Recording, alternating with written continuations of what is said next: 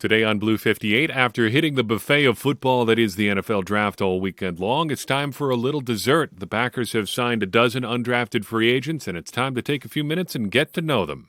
Blue 58! Hello and welcome to another episode of Blue 58, the one and only podcast of thepowersweep.com. I am your host, John Meerdink, and I am very happy to be with you here for one of my favorite episodes of the year. It's always enjoyable to take a few minutes and talk about all the new undrafted free agents in town. But first, a little bit of breaking quarterback news. 2 weeks in a row. Can you believe it? Good news. Both times, I suppose. The Packers have extended Jordan Love. Rather than using the fifth-year option, the deadline for which was Tuesday, today, I guess, as we recorded, the Packers just simply extended him. And the terms of the deal say he gets less in guaranteed money, just $13.5 million from reports, but he gets that money now rather than next year when the fifth-year option would have kicked in. And he splits the cap impact over 2 years. Basically, the Packers are saying we'll have a little less space now to have more space in 2024. It gives them a chance to earn a little bit of guaranteed money now, saying, hey, look, a gesture of good faith on our part. We're making you the guy. We're giving you a little extra money right now. And next year, if everything goes well, he's probably not going to be playing on the fifth year of that deal anyway, where the Packers are probably going to look to extend him sooner rather than later so you don't end up in a lame duck situation, as most teams seem to like to do with their young quarterbacks. It still makes the contract situation a little bit tricky, but this makes it a little bit less tricky. You don't have to weigh out the pros and cons of the guaranteed fifth year, and if things really go south, well, he's counting that much less against the cap anyway, and you can really start to do some interesting things next year if things really, really don't turn out how Love or the Packers want them to. But really, I think we kind of just need to resist the urge to look into it all that deeply. I don't know if this is really a big vote of confidence one way or another, or saying they don't trust him or what have you. I think it's just a little bit of cap maneuvering. A gesture need not be a big thing, and I don't really think it is. And so the Packers just make the move here that saves them from a little bit of cap impact next year. I think that's probably about the sum total of what's going on here. What is going on in addition to that is the Packers bringing aboard a dozen undrafted free agents. Undrafted free agency is always a fun time of year for me for a couple of reasons. First, on top of just a whole bunch of guys that we got to see throughout draft weekend joining the Packers, we just get a whole bunch more, and we get them all at once, and you get to see just a giant list of names and figure out if any of these guys are players or not. But secondly, it's an opportunity for me to do a little bit of deep diving into guys that you may not think about all that much, but I think you should, and let me make a little bit of a case to you. Listeners of Blue 58 aside, and I don't think any of you would say this, but I do occasionally hear Packers fans, when a guy's name pops up in training camp, say stuff like, who is that, or what, or he's just a guy, he doesn't matter anyway. And I would just like to push back on that a little bit, and I think this is a way to do that. I think if you have any real interest in how rosters are put together and who gets where and tracking guys around the league, this is a vital time of the year for you, because these are a lot of guys that are going to end up bouncing around the league a lot, and they may not be here for a long time, but I think as fans, we have a little bit of an obligation to just put in a little bit of time and get to know these guys. And it's not like this is a hard thing to do. The information's all out there. You know all these guys' names, you know where they went to college. It's just between you and Google what you're going to end up learning about them. And it shouldn't take you all that long to really track down the information. I mean, shoot, I can figure out how to do it, and I can pass that information along to you. But I think if we're going to sit down and evaluate these guys, how they're going to fit within the team, and what they ended up doing with their careers, things like that, we owe it at least a little bit to them to sit down and just take a look and try to learn where they're about, where they came from, and how they got here. So a lot of what we talk about in this podcast is going to kind of fit into those categories. Who are these guys? Where do they come from? What do we really need to know? And, where do they fit in with this Packers team? Sure. But just appreciating these guys who are going to be playing a sport for our entertainment, just seeing a little bit of what they're about and where they came from. So let's dive into the class. We'll go in alphabetical order by last name, give you a few thoughts about each of them, and then at the end we'll talk about who may have a chance to really make this year's roster. Spoiler alert, it looks like it's probably going to be pretty tough. So, first man up by last name, Keyshawn Banks, an edge rusher out of San Diego State. Mr. Banks is on the smaller side, maybe a little bit shorter, 6'3", 251 pounds, a relative athletic score of just 2.09. He was Dane Brugler's 56th ranked edge rusher this year, a long-term player at SDSU. Career production ratio of .95, appeared in a whopping 59 games for the Aztecs over his time there. Played almost exclusively on the right side in 2022. We talked about a lot of guys throughout the draft that moved all over. Lucas Van Ness played at just about every spot you can imagine. Banks is the opposite of that. He almost exclusively played either right defensive tackle or stand-up edge rusher on the right side. Usually I like to talk a little bit about who a guy reminds me of, but Banks doesn't remind me of anybody really, other than making me feel old, because he reminds me that there are guys young enough, I don't know if this is the case for him, but there are guys young enough in the NFL to have been named for Keyshawn Johnson. And it's just another reminder, as we have guys who are juniors and stuff like that, that I remember a lot of NFL football. I'm starting to remember more and more, and the amount says a certain thing about me, which is that I'm getting older, which is not always a nice thing to confront about yourself, but so it goes. Brenton Cox Jr., another edge rusher out of Florida, is our next man up here too. He's a little bit of an odd case because he is Dane Brugler's 39th ranked edge rusher, and we are going to lean pretty heavily on Dane Brugler's beast for this piece because he goes deep on a lot of different guys. A lot of these guys are even a little bit off the radar for Mr. Brugler, though.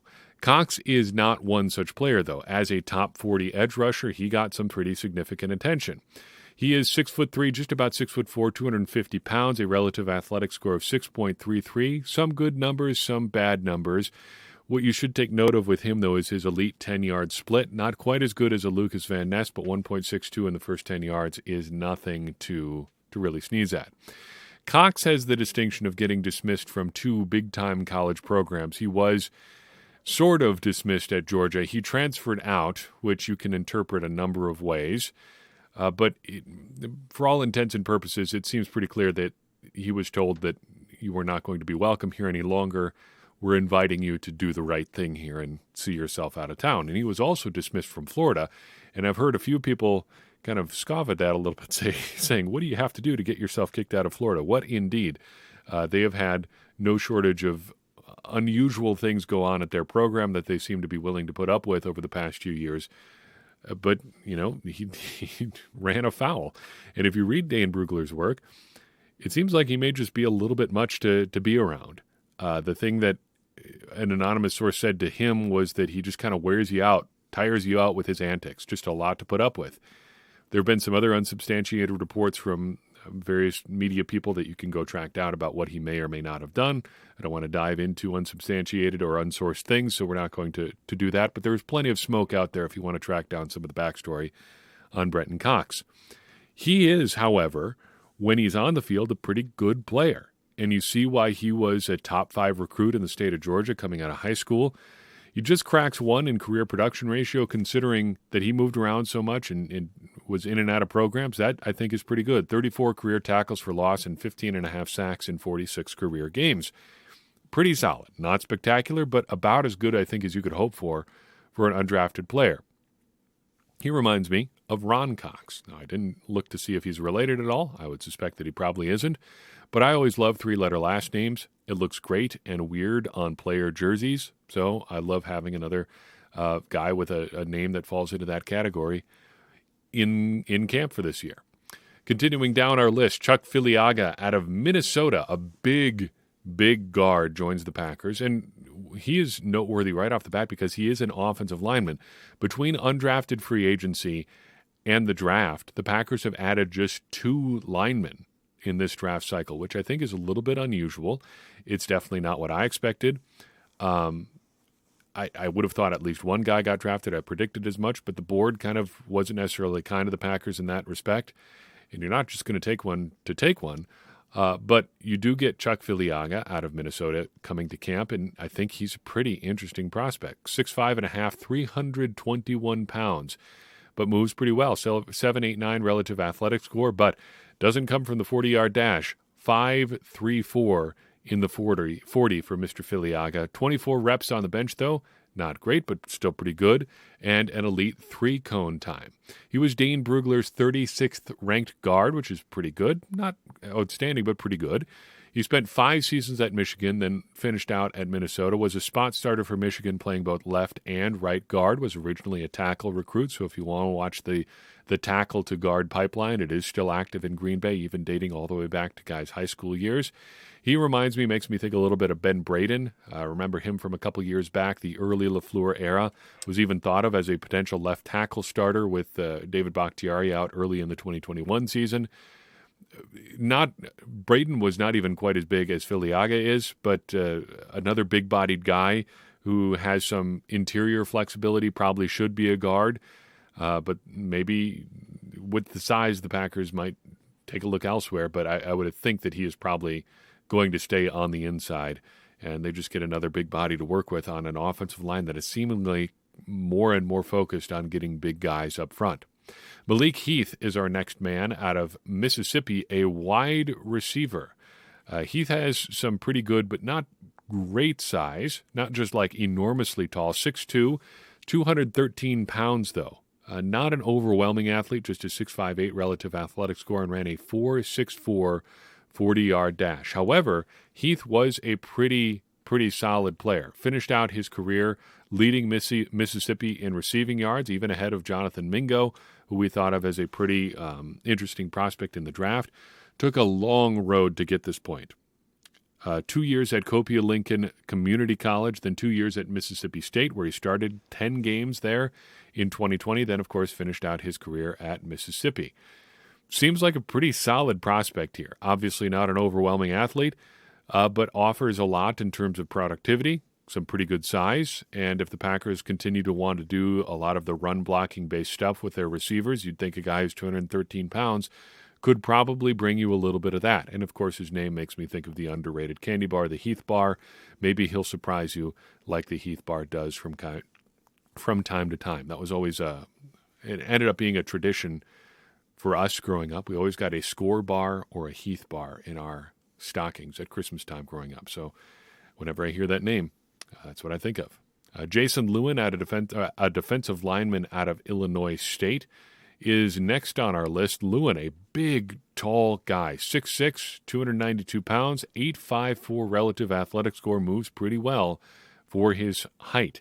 Not overly fast, though, 5.07 in the 40, but elite on both jumping tests, in particular a vertical leap of 31 inches, has some explosion, again, can move pretty well. He was Dane Brugler's 109th ranked defensive lineman, and again, pretty good athlete overall. If you're looking at defensive line comps, Tyler Lancaster might not be a bad one. I think Lancaster got a bit of a bad rap for just being kind of the immovable object type player who ended up being fairly movable at times late in his Packers tenure, but he was a pretty good athlete coming out of Northwestern, and Luan might be in that kind of same mold, a big, strong athlete. And with the Packers being as thin as they are up front, you never know what could happen. Unfortunately, doesn't seem to offer that much in terms of pass rush. Does not have much in the way of counting stats, and looking at Pro Football Focus's pressure numbers over the balance of his career, he has a career pressure rate of just 6.6%, which is well below generally what we look for defensive linemen. But still, we're in undrafted free agency here, so you got to adjust your expectations accordingly. He does remind me of somebody in that Lancaster or maybe Jack Heflin mold. Strong, maybe a little bit on the smaller side in some aspects, though he is plenty tall. Maybe some pass rush juice, but not much. But if he gets in the right situation, you never know. Maybe he steals a roster spot from somebody. And there are roster spots, I would have to think, up for grabs on the defensive line, considering how few proven performers the Packers have up front. Cameron McDonald, a tight end out of Florida State, comes to us next. McDonald is tall but relatively thin, 6'4", 237 pounds, a 2.52 relative athletic score after he ran a very poor 4.99 40-yard dash. No elite numbers across the board, no agility numbers in his testing, so pretty much all we've got is his height, weight, and 40-yard dash. He was tight end number 45 in the Beast this year and really didn't do much statistically at Florida State. 74 catches for 841 yards and 5 touchdowns over 58 career games. However, he did prove to be a pretty good teammate, winning by vote of his teammates the Crenshaw Award at Florida State. What, do you ask, is the Crenshaw Award? Well, according to Wikipedia at least, the award is given in the memory of Robert E. Crenshaw, who played Florida State Seminoles football from 1952 to 1955. The 175-pound offensive lineman was the captain of the team in 1954 and a student leader. He was killed in a jet crash in 1958, and the plaque's inscription reads, "To the football player with the biggest heart." The recipient is chosen by his teammates as the man who best exemplifies the qualities that made Bob Crenshaw an outstanding football player and person. So there you go, a little human interest aspect to the Cameron McDonald story. He does, however, remind me of a kid's song, because 58 games at Florida State means you've been there a while, and that, unfortunately, Cameron, makes you old McDonald. Christian Morgan, a safety out of Baylor, comes to us next. Morgan, a pretty good physical prospect here. 6 feet tall, nearly 6'1.5", 200 pounds, 8.67 relative athletic score, one of the few high-test athletes at the safety position in this entire draft. Runs just a 4.51 40, but compared to the rest of the guys on the undrafted free agent list, that's pretty darn good. He's got a 40-inch vertical leap, 10.11 broad jump, bad agility numbers. If you're putting those numbers together in your head, you're probably coming to the correct conclusion. He's going to be a special teamer. Safety number 37 on Dane Brugler's big board. Really, there's not a lot to say there other than the physical profile. He reminds me of another guy who kind of was a tweener safety, and that's what Morgan is. Played a lot in the box, a lot in the slot. I don't know if you remember another undrafted free agent from a few years back, but Marwin Evans, kind of the same sort of mold there. Thickly built athlete, going to play special teams, might be a spot starter as a nickel, or might play spot reps as a nickel if he gets to the 53-man roster.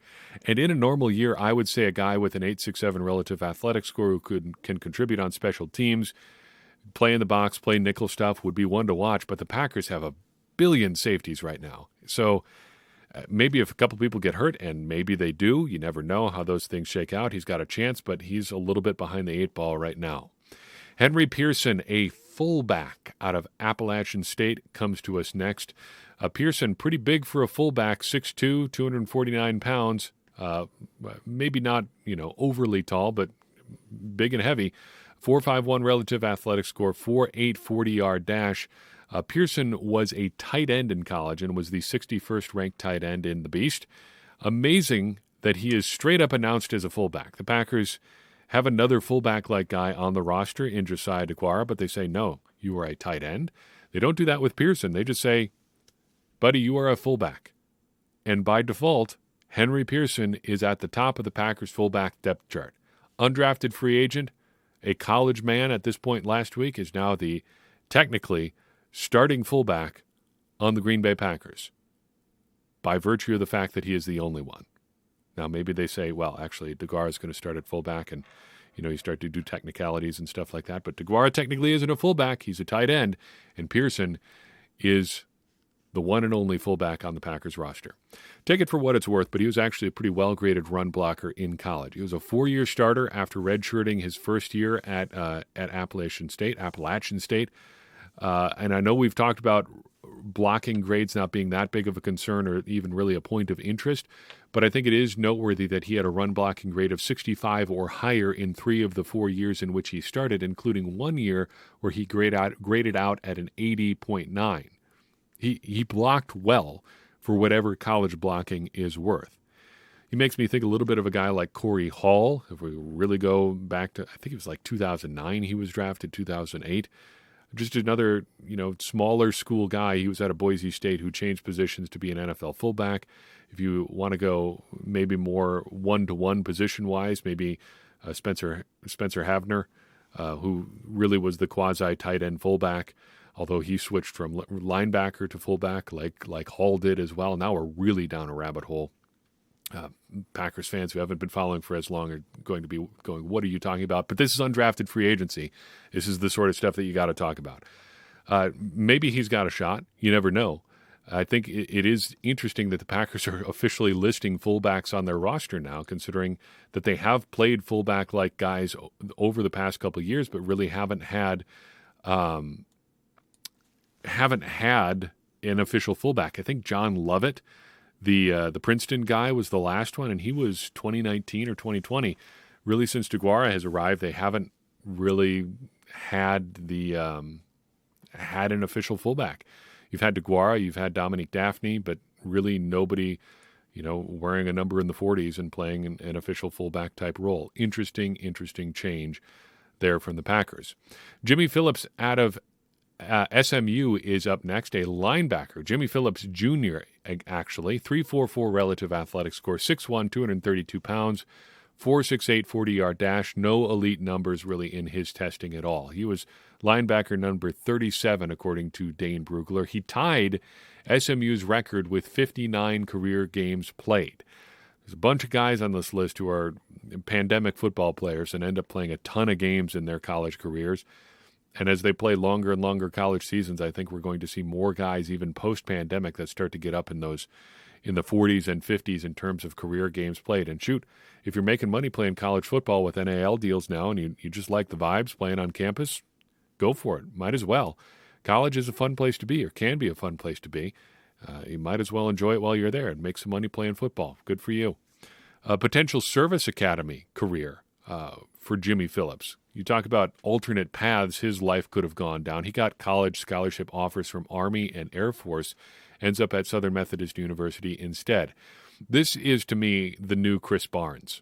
I'm not saying that he's going to be as good as Barnes was or play for the Packers as much as Barnes did, but he is a longtime college player, just always there, always showing up, a little bit on the smaller side, and hopefully is going to bring that approach to the NFL as well.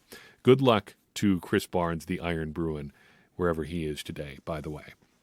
Benny Sapp III out of Northern Iowa, a safety, is our next man on the list. Sapp is not a great athlete overall. 4.4 in the 4.4 relative athletic score, not 40. 4.62 in the 40, 5'11", 200 pounds, 20 reps on the bench. That is his most noteworthy testing numbers. Dane Brugler, 72nd ranked safety in this year's class. I thought this name was familiar.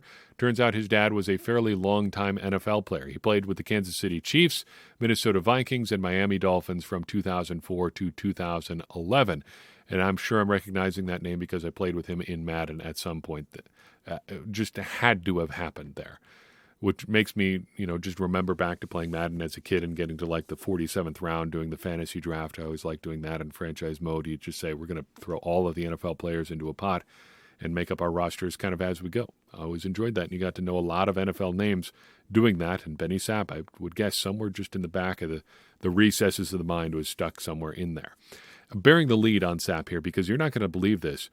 He was primarily a deep safety. We've talked about feels like 50 safeties at this point, and almost all of them are slot players, guys who play in the box. There are very few players in this class who played primarily deep safety in college, but Sapp is one such player. More than 500 snaps as a free safety in 2022. If nothing else, the Packers have found a guy who at least did it before. Not saying that he's going to do it at an NFL level or that one of the other safeties they've got can't do it because they haven't done it before.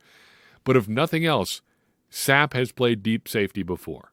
And the Packers, after 13 draft picks and a week of courting undrafted free agents, have added at least one new guy who can do that this spring.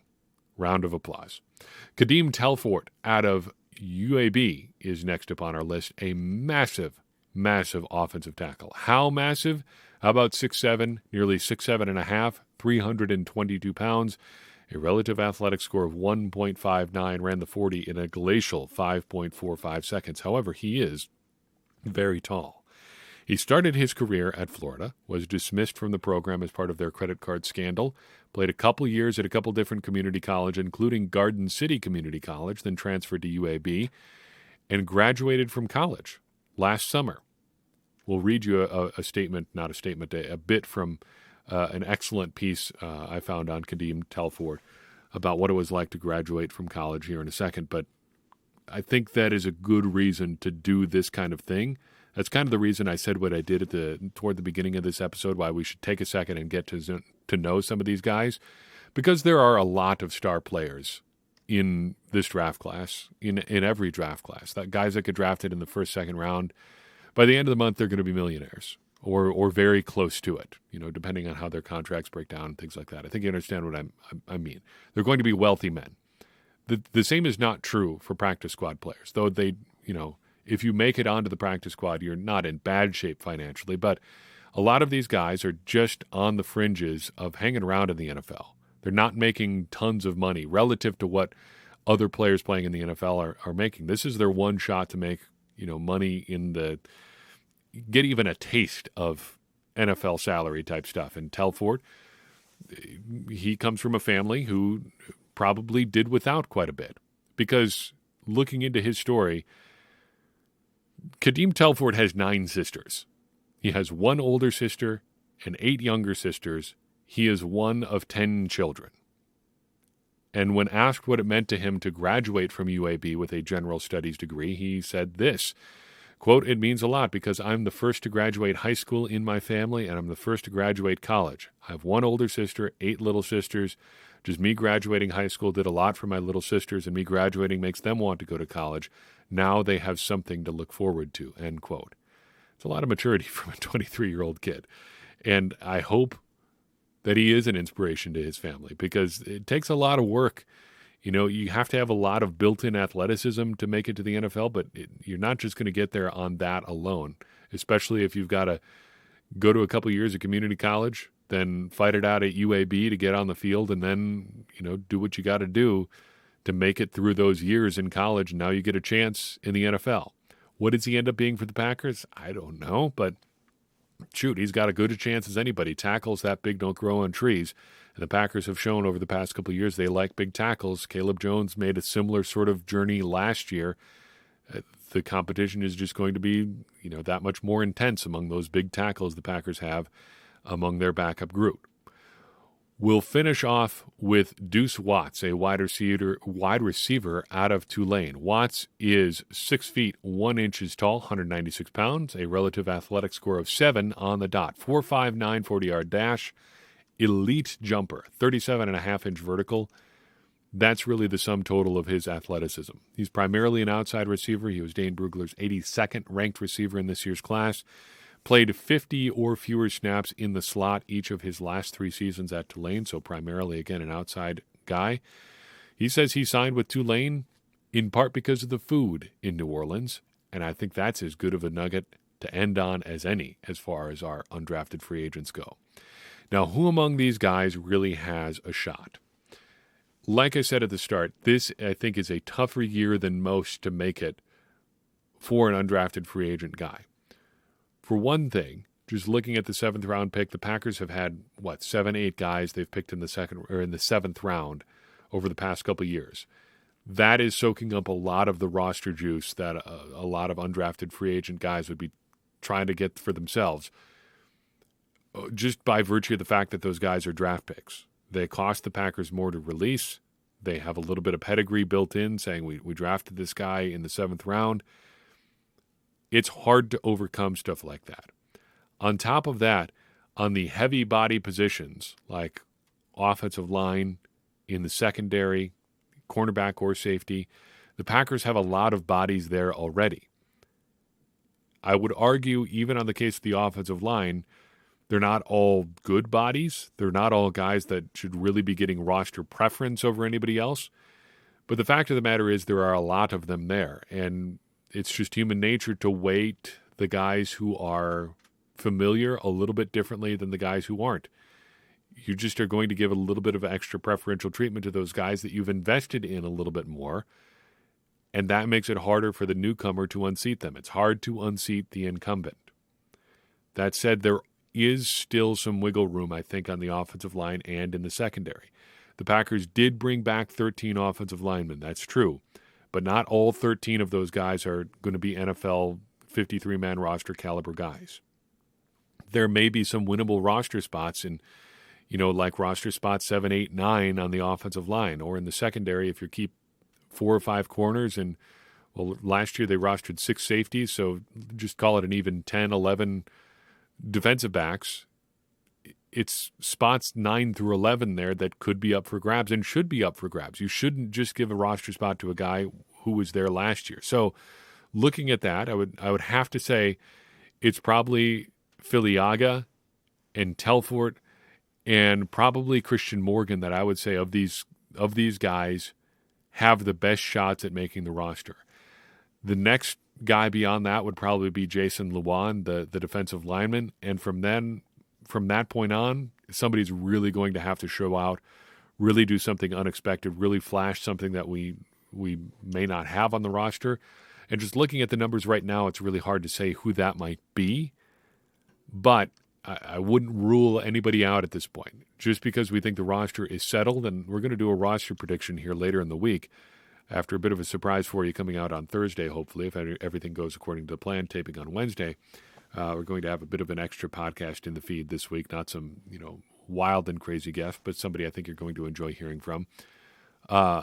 We are going to do a roster prediction, and I think we'll see a lot more of the potential spots for things being a little bit more up in the air when we talk through that.